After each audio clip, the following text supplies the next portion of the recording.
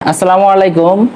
খুব সহজেই আপনার দোকানের অথবা আপনার কারখানার মেশিন আপনি নিজেই ঠিক করে নিতে পারবেন। অল্প কিছু টিপস আপনাদেরকে শিখিয়ে দিচ্ছি।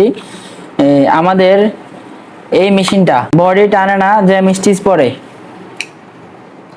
এটা বডি টানে না, জ্যাম স্টিচ পরে, যে আমি চালিয়ে দেখাচ্ছি।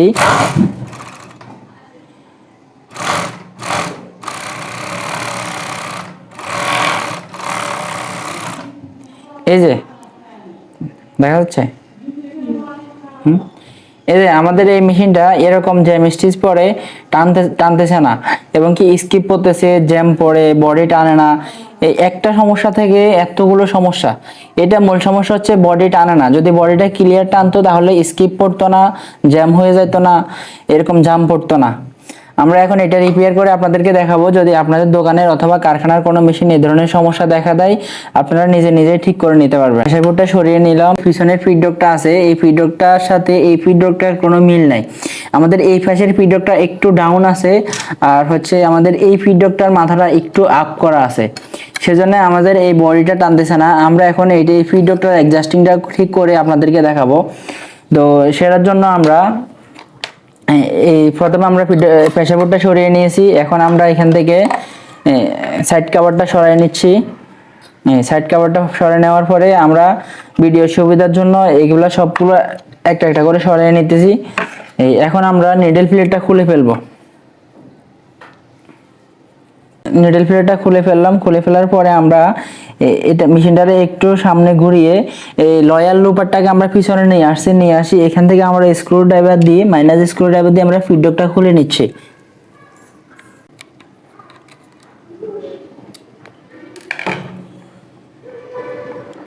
পাশের ফিডব্যাকটা আর এই যে পিছনের ফিডব্যাকটা, এই দুইটা ফিডব্যাকের মধ্যে অ্যাডজাস্টিংটা ঠিক নাই, সেজন্য আমাদের বডি টানতেছে না।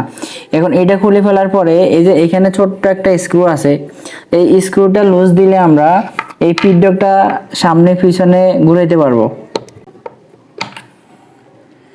নাটটা অনেক জ্যাম হয়ে আছে, এগুলা খোলা হয় না সচরাচর, সেজন্য এগুলো অনেক জ্যাম থাকতে পারে। আপনারা ভালো মানের স্ক্রু ড্রাইভার দিয়ে এগুলো খোলার চেষ্টা করবেন, না হলে হয়তো খুলতে পারবেন না, থ্রেড নষ্ট হয়ে যাবে।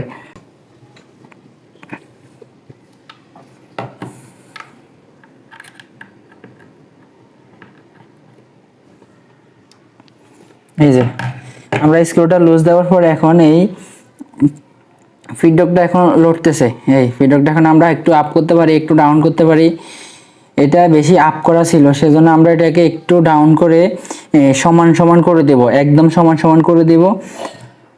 পাশের ফিডব্যাকটার সাথে একদম সমান সমান করে দিলে আমাদের বডি টানা ঠিক হয়ে যাবে।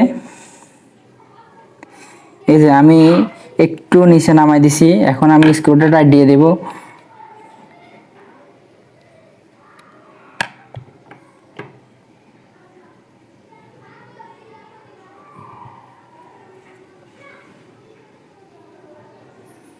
আপনারা খুব সূক্ষ্মভাবে দেখে নেবেন ফিডব্যাকটা সমান হয়েছে কিনা। দুইটা ফিডব্যাক সমান থাকতে হবে। এই ফিডব্যাকটা যদি বেশি আপ থাকে তাহলে এই ফিডব্যাকের উপর প্রেসার বোর্ডের প্রেসার পড়লে পাশের ফিডব্যাকটার উপরে প্রেসারটা পায় না, সেজন্য বডি সামনে যাইতে পারে না। স্ক্রুটা আমরা ভালো করে টাইট দিয়ে দিছি, এখন আমরা এটাকে লাগিয়ে নিব। আবার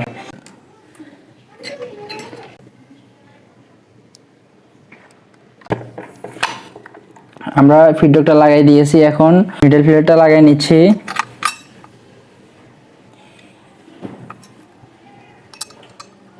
নিডল প্লেটের প্রথমে স্ক্রুগুলা হালকাভাবে লুজ রাখবেন। লুজ রাখিয়ে নিডলটা নিচে বসায় দেখবেন সাইডে নিডলটা ভাজে কিনা। যদি এখানে নিডল প্লেটের সাথে যদি নিডলগুলা ভাজে তাহলে সুতা কাটবে, নিডল ভাঙবে। এর খেয়াল রাখতে হবে যাতে নিডলটা কোনো সাইডে যেত না ভাজে। সমান সমান মাঝখানে রাখি ভালো করে স্ক্রুগুলা টাইট দিয়ে দিবেন। সাইড কভারটা আমরা লাগাই দিয়ে এখন সুতাটা লাগাই চেক করব। সুতা লাগাই আমরা চালাই চেক করব আমাদের এখন বডিটা ঠিকমতো টানে কিনা।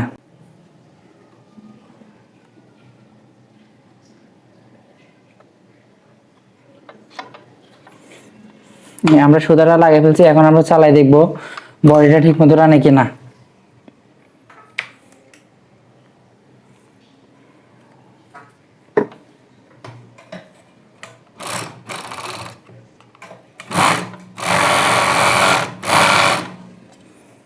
এখন আমাদের বডিটা ঠিকমতো টানছে। আর আমাদের আগে যেটা ছিল সেটা হচ্ছে এই যে আমাদের এটা আমরা এইভাবে টান দিয়ে এটা সোজা করছি, তারপরেও অনেক খারাপ দেখা যাচ্ছে। আবার এই যে মাঝে মাঝে স্কিপ পড়ছে, তারপরে এখান দিয়ে অনেকগুলো স্কিপ পড়ছে। আর আমাদের এখনকার বডিটা দেখেন, এটার কোয়ালিটি, এটার স্টিচগুলো কত সুন্দর দেখা যাচ্ছে। তো আপনাদের যদি এ ধরনের সমস্যা হয়, এগুলো অ্যাভেলেবেল হয়, কারণ হচ্ছে মেশিন চলতে চলতে স্ক্রুগুলো লড়ে যায়, একটু আপ ডাউন হয়ে যায়, সেজন্য আপনারা নিজেরাই এগুলো ঠিক করে নিতে পারবেন। এই সমস্ত সমস্যার জন্য আমরা সকালবেলা মেশিন নষ্ট হলে সারাদিন মেনটেন্যান্সের জন্য অপেক্ষা করি, তারপর মেনটেন্যান্স রাতের বেলা আসলে তাকে 500 টাকা বিল দিতে হয়, আমাদের কাজেরও ক্ষতি হয়, টাকাও দিতে হয়। সেজন্য আমরা নিজেরা যদি চেষ্টা করি তাহলে এই কাজগুলো আমরা নিজেরাই করে ফেলতে পারবো। তো আপনারা চাইলে এই কাজগুলো আপনারা এখান থেকে শিখে আপনারা করে ফেলতে পারবেন। মেশিনারি যত সমস্যা আছে আমি স্টেপ বাই স্টেপ ভিডিওর মাধ্যমে আপনাদেরকে সামনে সবগুলো দেখাবো। সেজন্য আপনারা আমাদের চ্যানেলটা সাবস্ক্রাইব করে রাখুন। ধন্যবাদ। আজকে এই পর্যন্ত। আসসালামু আলাইকুম।